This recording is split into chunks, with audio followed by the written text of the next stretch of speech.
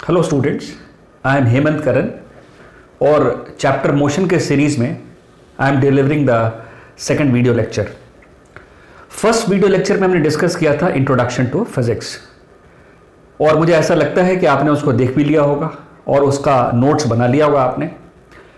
जो आज का लेक्चर है उसमें मेनली हम डिस्कस करेंगे 4 टॉपिक्स और वो 4 टॉपिक में सबसे पहला क्या आता है आपका motion, second is rest, third is distance and the fourth is displacement.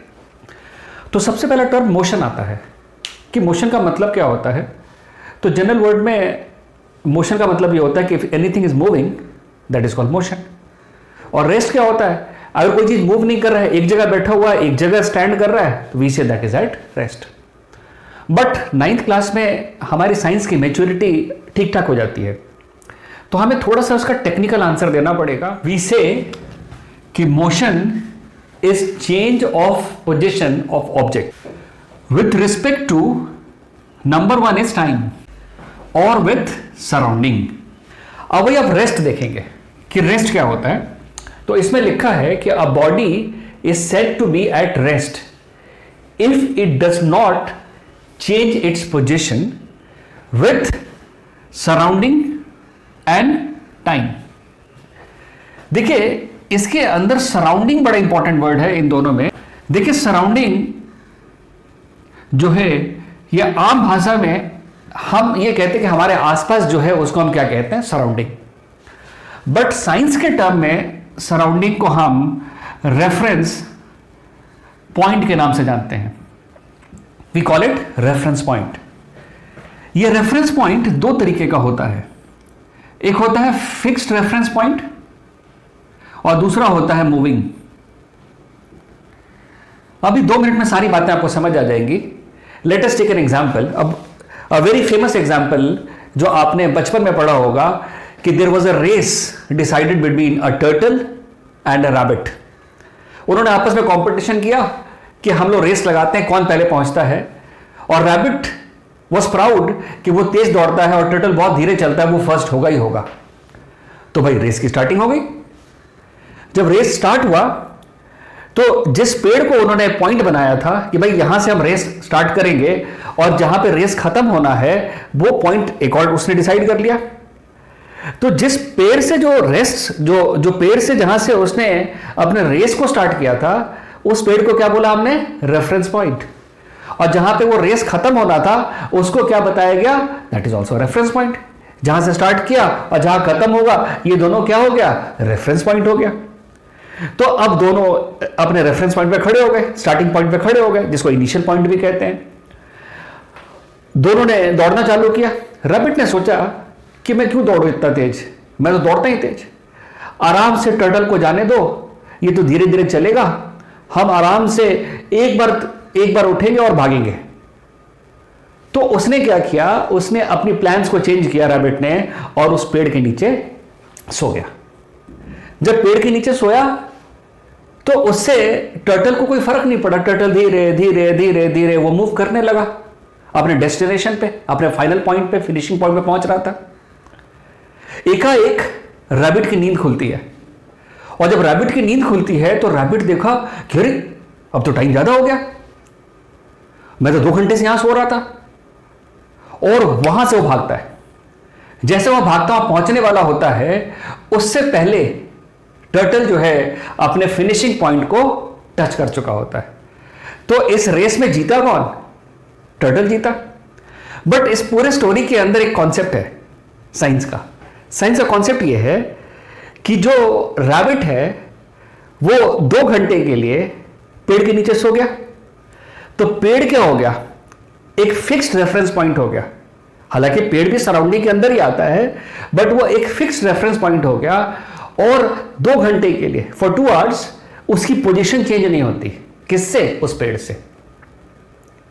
तो उसी जगह पे था। तो जब 2 घंटे तक उसका पोजीशन चेंज नहीं होता अपने सराउंडिंग से, या रेफरेंस पॉइंट जो पेड़ कहते हैं, तो बॉडी क्या हो गया, was at rest, rabbit was at rest. लेकिन टर्टल जो है इस 2 घंटे में स्टार्टिंग पॉइंट से कहां पहुंच गया, फिनिशिंग पॉइंट पे।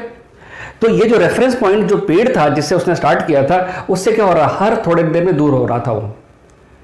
तो जब रेफरेंस पॉइंट से अगर वो दूरी बन रही है तो दैट इज कॉल्ड मोशन। तो मोशन क्या हो गया कि it is change in position of object with respect to time. देखिए 2 घंटे में टर्टल कहां पहुंच गया? अपने फिनिशिंग पॉइंट पे, तो टाइम हो गया। और दूसरा क्या होगा? सराउंडिंग। सराउंडिंग को हमने क्या बोला? रेफरेंस पॉइंट बोला। उस रेफरेंस पॉइंट से भी दूर चला गया। वो रेफरेंस पॉइंट जो है, जो उसका स्टार्टिंग पॉइंट था और फिनिशिंग पॉइंट के बीच में डिफरेंस जो था वो मान लो 4 किलोमीटर का था, तो 2 घंटे में वो कहां चला गया? 4 किलोमीटर दूर चला गया। लेकिन वही रैबिट क्या कर रहा है? सो रहा था। कितने देर के लिए? 2 घंटे के लिए। So for 2 hours he was, for 2 hours he was sleeping and his position was not changing. किससे? सराउंडिंग से। और सराउंडिंग और पेड़ था जिसको स्टार्टिंग पॉइंट कहते हैं, तो वहां से उसकी पोजीशन चेंज नहीं हो रही, दैट पोजीशन इज फिक्स्ड। और उसको हम क्या कहते हैं? That is fixed reference point, और वहां से वो मूव नहीं कर रहा, that means rabbited at rest. Can you think some for more example कि जिसमें बॉडी रेस्ट पे होता है? जैसे for example water in a pond, एक स्टिल पॉन्ड है, उसमें वाटर क्या होता है? बिल्कुल रेस्ट पे होता है। Now can you think some example of motion also? तो मोशन बड़े सारे एग्जाम्पल है। आपने एक बॉल लिया, उसको क्या कर दिया? रोल कर दिया, तो बॉल स्टार्ट्स मूविंग। आपने रोल किया, आप वहीं खड़े थे, तो आप क्या बन गए उस बॉल के लिए? रेफरेंस पॉइंट बन गए। बॉल को आपने पुश कर दिया तो बॉल धीरे धीरे मूव करने लगा। किससे? आपसे दूर जाने लगा। तो that is an example of a motion. दूसरा एग्जाम्पल क्या है? A moving water. तो रेस्ट ऑफ मोशन में ना रेफरेंस पॉइंट बड़ा इंपॉर्टेंट रोल प्ले करता है। जैसे मैं फॉर एग्जांपल एक रेफरेंस पॉइंट का एक थोड़ा सा इसको और समझा दें आपको अच्छे तरीके से। जैसे मान लीजिए somebody wants to reach your house, तो आप क्या कहते हैं? आप कहते हैं कि देखो भाई, आप सीधा रोड से आना, जैसे आप आगे बढ़ोगे तो आप देखोगे वहां पे एक पोस्ट ऑफिस है। उस पोस्ट ऑफिस से आपने क्या लेना है? लेफ्ट। तो जैसे आप लेफ्ट लोगे तो आगे जाओगे तो देखिए कम्युनिटी सेंटर है। उस कम्युनिटी सेंटर से आपने क्या लेना है? राइट। और जैसे आप राइट जाओगे तो वहां पे देखेंगे कि एक बड़ा सा बनियन ट्री है, और उस बनियन ट्री के सामने हमारा घर है। तो ये पोस्ट ऑफिस क्या हो गया? ये कम्युनिटी सेंटर क्या हो गया? बनियन ट्री क्या हो गया? These are what? Reference point. और ये सारे रेफरेंस पॉइंट क्या है? ये फिक्स्ड रेफरेंस पॉइंट है। तो आप बोलेंगे क्या कोई रेफरेंस पॉइंट मूविंग भी हो सकता है क्या? बोला हाँ, रेफरेंस पॉइंट मूविंग हो सकता है। बट मूविंग रेफरेंस पॉइंट का कॉन्सेप्ट जो है वो हम 11th क्लास में डिस्कस करते हैं। 9th तक हमारा फिक्स्ड रेफरेंस पॉइंट का कॉन्सेप्ट होता है। तो फिर भी मैं ऐसे बता देता हूँ मूविंग रेफरेंस पॉइंट क्या होता है। मूविंग रेफरेंस पॉइंट ये हो रहा है कि जैसे there is a aeroplane moving, ऊपर जा रहा है, जैसे फाइटर प्लेन इज मूविंग, और नीचे से आपने मिसाइल शूट किया। मिसाइल इसलिए हिट किया आपने ताकि फाइटर प्लेन को क्रैश कर सके। तो इसकी भी मोशन है और इसकी भी मोशन है। इसके लिए ये रेफरेंस पॉइंट है, एरोप्लेन के लिए, फाइटर प्लेन के लिए missile is the reference point, और मिसाइल के लिए क्या हो गया? Fighter plane is the reference point. और उन दोनों के बीच में देयर इज अ वॉर कि कौन किसको हिट करता है। तो इसको हम कहते हैं मूविंग रेफरेंस पॉइंट। यहां पे एक बात समझना बहुत जरूरी है कि मोशन और रेस्ट जो है ना, इनको हम रिलेटिव टर्म कहते हैं। आप बोलेंगे what do you mean by relative term? Relative term का मतलब यह होता है, एक जनरल एग्जांपल में, कि जैसे एक आपका फ्रेंड है, उसको देख के आपको बड़ा गुस्सा आता है। यू फील, जब भी आप उसको देखते हैं आप इरिटेट हो जाते हैं, आपको बहुत गुस्सा आता है। लेकिन वही फ्रेंड जो आपका कोई और फ्रेंड है, जब उससे वो मिलता है तो उसको गुस्सा नहीं आता। ऐसा अक्सर आपने देखा होगा। तो एंगर क्या है? एंगर जो है वो आपका एक रिलेटिव टर्म है। हो सकता है उसके लिए मेरे को गुस्सा आ रहा हो और इसके लिए उसको गुस्सा ही नहीं आ रहा हो, तो इसको हम क्या कहते हैं? Relative term. तो हम कहते हैं कि रेस्ट और मोशन भी जो है ना वो रिलेटिव है।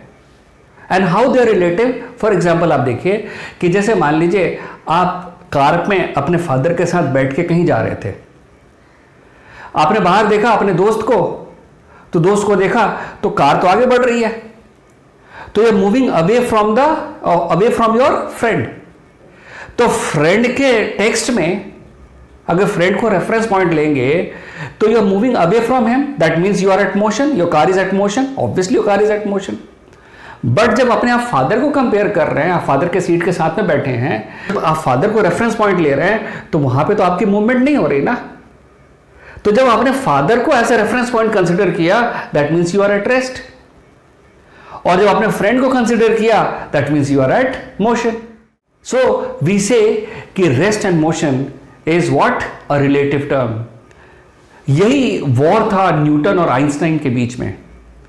न्यूटन क्या कहता है कि जैसे अभी मान लीजिए लॉकडाउन चल रहा है, तो मान लीजिए किसी की दुकान है, तो आपने लॉकडाउन के समय आपने क्या किया, शटर बंद कर दिया, तो उसके जो भी फर्नीचर्स हैं उसका पोजीशन चेंज कभी भी नहीं होगा. जब आप लॉकडाउन के बाद शटर खोलेंगे तो वो जो फर्नीचर जहां था वहीं मिलेगा. तो न्यूटन ने कहा कि body at rest will continue to be at rest until unless external force is applied.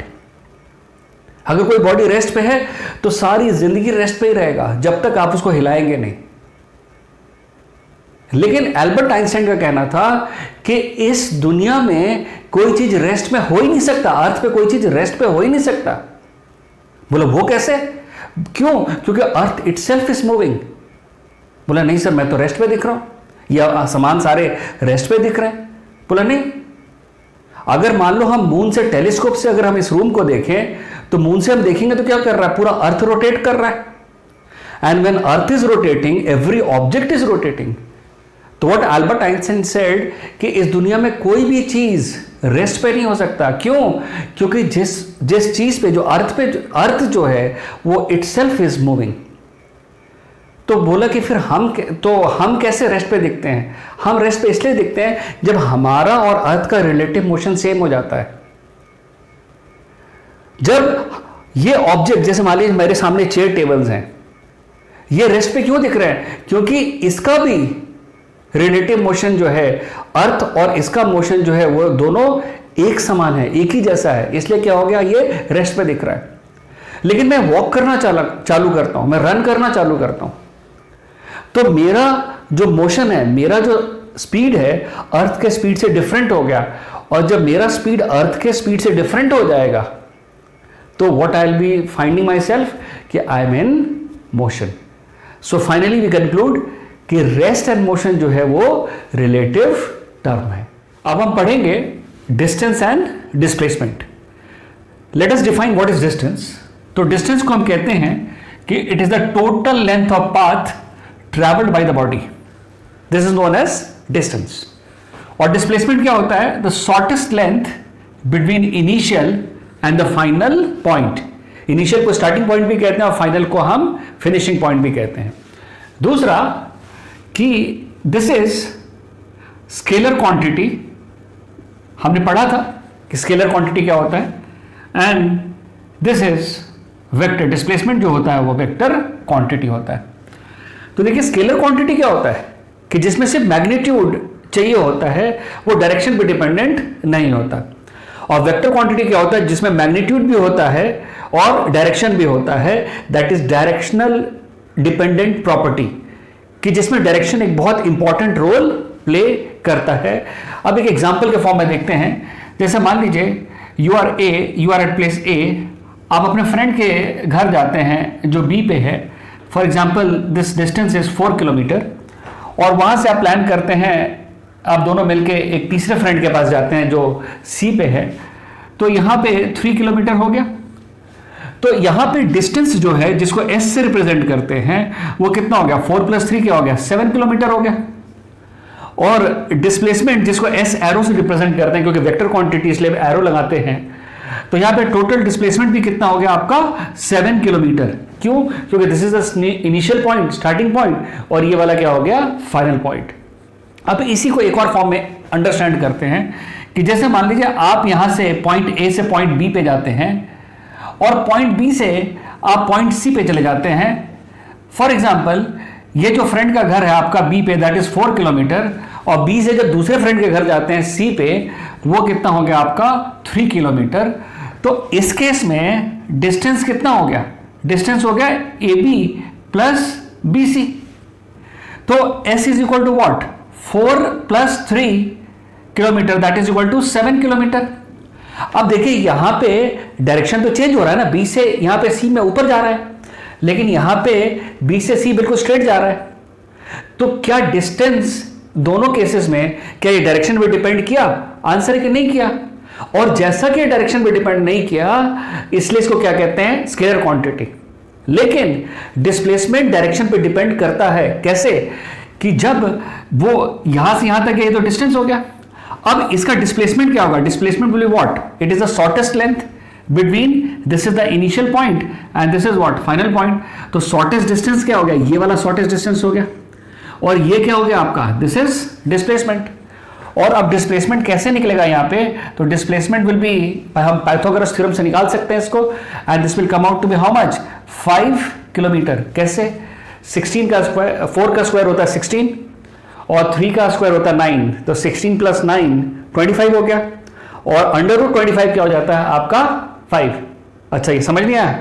अच्छा, समझाते हैं। जैसे मान लो यहाँ पे हमने क्या लिया कि AC square is equal to AB square plus BC square. तो दिस इज व्हाट? 4 का स्क्वायर, दिस इज 3 का स्क्वायर, हमें AC स्क्वायर निकालना है। तो यहाँ पे क्या हो जाएगा? AC square is equal to 16 plus 9, this comes out to be 25। 25 क्या है? AC स्क्वायर है, so AC will be equal to under root 25। तो AC की वैल्यू कितनी हो गई आपका? 5 किलोमीटर। तो डिस्प्लेसमेंट कितना हो गया? 5 किलोमीटर। अब देखिए, डायरेक्शन के चेंज होने से डिस्प्लेसमेंट की वैल्यू चेंज हो गई। यहाँ पर डायरेक्शन स्ट्रेट था तो डिस्प्लेसमेंट कितना था? 7 किलोमीटर। सेम कोऑर्डिनेट्स हैं 4 और 3, लेकिन यहाँ पे सेम कोऑर्डिनेट्स यहाँ पे भी है, बट डायरेक्शन के चेंज होने से क्या हो गया आपका? डिस्प्लेसमेंट चेंज हो गया। तो डिस्प्लेसमेंट क्या हो गया? इट इज डायरेक्शन डिपेंडेंट, इसलिए इसको क्या कहते हैं? वेक्टर क्वांटिटी कहते हैं। लेकिन डिस्टेंस जो है वो डायरेक्शन डिपेंडेंट नहीं होता, इसलिए इसको क्या कहते हैं? This is called scalar quantity. ये समझ आ गया? एक और चीज बड़ी इंपॉर्टेंट है कि जो डिस्टेंस है वो कभी भी जीरो नहीं हो सकता, ये जीरो नहीं हो सकता, लेकिन डिस्प्लेसमेंट जो है वो जीरो हो सकता है। बोला कैसे जीरो हो सकता है? जैसे मान लीजिए आप यहां से स्कूल जाते हैं जो कि 5 किलोमीटर दूर है, अपने घर से स्कूल गए 5 किलोमीटर दूर, और जब स्कूल से दोबारा घर आ गए तो टोटल डिस्टेंस कितना हो गया आपका? 5 + 5 क्या हो गया? 10 किलोमीटर हो गया, बट डिस्प्लेसमेंट क्या हो गया आपका? जीरो हो गया। तो डिस्प्लेसमेंट कैसे जीरो हुआ? तो डिस्प्लेसमेंट के साथ एक कंडीशन लगता है कि when initial point and final point coincide, जब आपस में कोइंसाइड कर जाएगा तो डिस्प्लेसमेंट क्या हो जाएगा? जीरो हो जाएगा। जैसे मान लीजिए आपने यहां से जर्नी स्टार्ट करी और पूरा घूम के आप ऐसे करके यहां पे दोबारा आ गए, तो ये पूरा ऐसे ट्रैवल किया तो डिस्टेंस तो पूरा ये हो गया, बट डिस्प्लेसमेंट क्या हो जाएगा आपका? जीरो हो जाएगा। तो हम ये कहते हैं कि डिस्प्लेसमेंट या तो डिस्टेंस के बराबर होगा, या डिस्प्लेसमेंट डिस्टेंस से छोटा हो सकता है, और डिस्प्लेसमेंट जीरो भी हो सकता है, लेकिन डिस्टेंस कभी भी जीरो नहीं हो सकता है। ये तो मैंने बता ही दिया कि डिस्टेंस को किससे रिप्रेजेंट करते हैं? लेटर S से, और डिस्प्लेसमेंट को किससे रिप्रेजेंट करते हैं? S एरो से। और उसके बाद इसका SI यूनिट क्या है? दोनों का SI यूनिट इज सेम। इसका SI यूनिट जो होता है दैट इज मीटर, M से रिप्रेजेंट करते हैं मीटर को, और डिस्प्लेसमेंट का भी SI यूनिट क्या होता है? मीटर, इसको भी हम M से रिप्रेजेंट करते हैं। So thank you everybody.